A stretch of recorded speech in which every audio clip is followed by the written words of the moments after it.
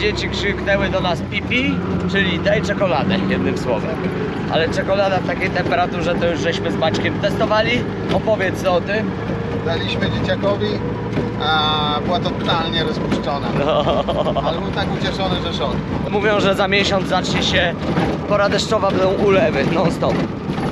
Zobaczymy, gdzie nas zastaną, w którym kraju. Te Hot Springs to jest naprawdę fajna miejscówka.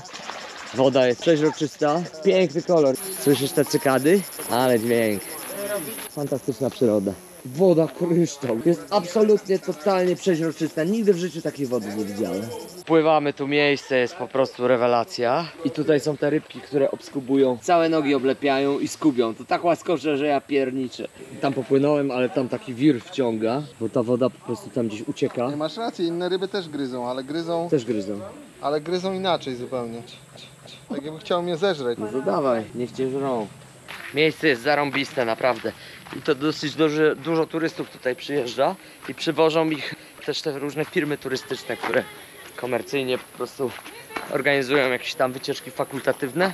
Bo wjeżdżając naszym tuk-tukiem mijaliśmy tego Niemca, poborcę podatkowego, który był wczoraj z nami w kraterze.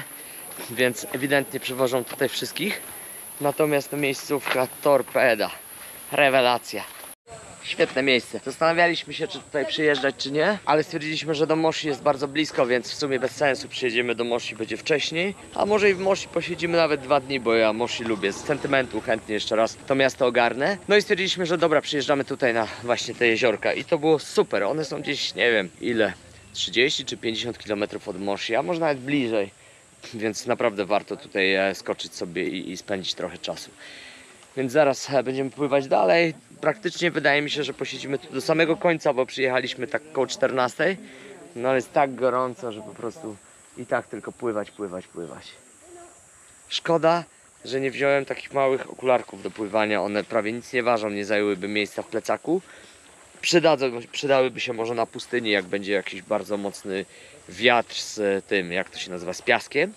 Bo przecież będziemy w stronę Namibii też jechać i nie wiadomo, jakie tam warunki zastaną. A tutaj to by była rewelacja. Natomiast tak czy inaczej jest na tyle fajnie, że można pływać bez okularków, też jest super. No ale byłoby ciekawie. Te rybki, które skubią stopy, to jest po prostu coś niewiarygodnego. Tak łaskoczą, jest ich tak dużo, rzucają się po prostu i skubią. Ale chilloutowe miejsce, naprawdę fajnie tu jest. Maciek idzie próbować.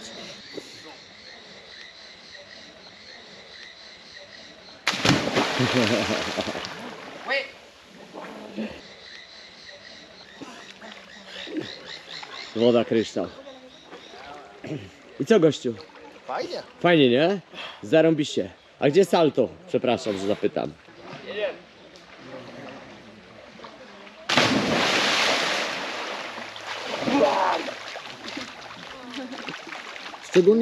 Szczególnie salto mi się podobało.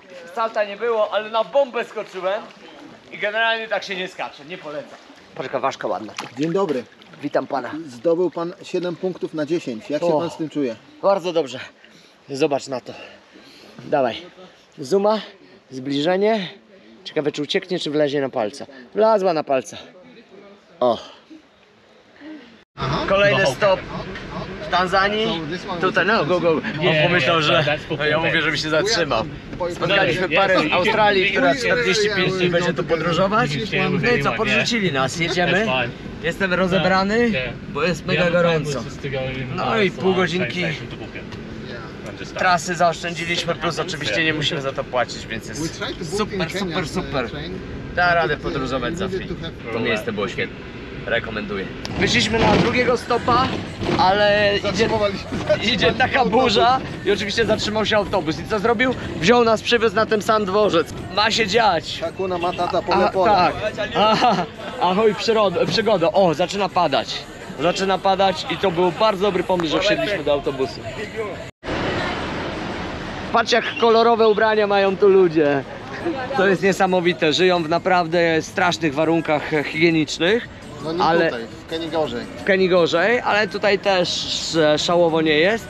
Natomiast jak się mają odświętnie ubrać, to ubierają się kwieciście. Te barwy są po prostu wspaniałe. Często się zdarza taki obrazek. będziemy takie rzeczy relacjonować i nagrywać.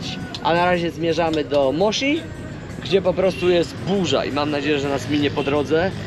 Zleje, zmoczy ten autobus, a na miejscu nie będzie problemu i będzie sucho. Fajnie, zaoszczędziliśmy. Zaoszczędziliśmy 2 razy, bo kolega zapłacił z Polski 25 000, Łukasz za przejazd, my zapłaciliśmy 8, czyli już jest dobrze. Za 2 osoby. Tak, za 2 osoby, a z powrotem wyszło historia pod tytułem za darmo, bo złapaliśmy tą parę z Australii na stopa. Więc fajnie, fajnie. No i jeszcze w ogóle przewodnik, ten gość, który ich wiózł, to był jakiś tam lokalny przewodnik, więc całą drogę ze mną gadał i opowiadał wszystko na temat tej góry.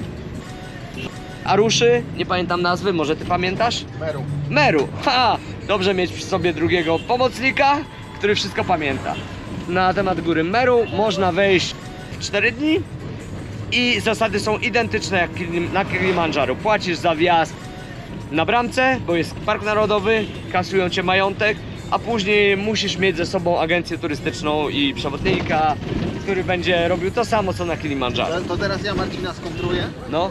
ponieważ w Peru takich górek jak ta jest na pęczki i za zawsze- żadną nie musisz płacić. I nie potrzebujesz żadnego Jest. przewodnika. Następny będzie wypad Peru. do Peru.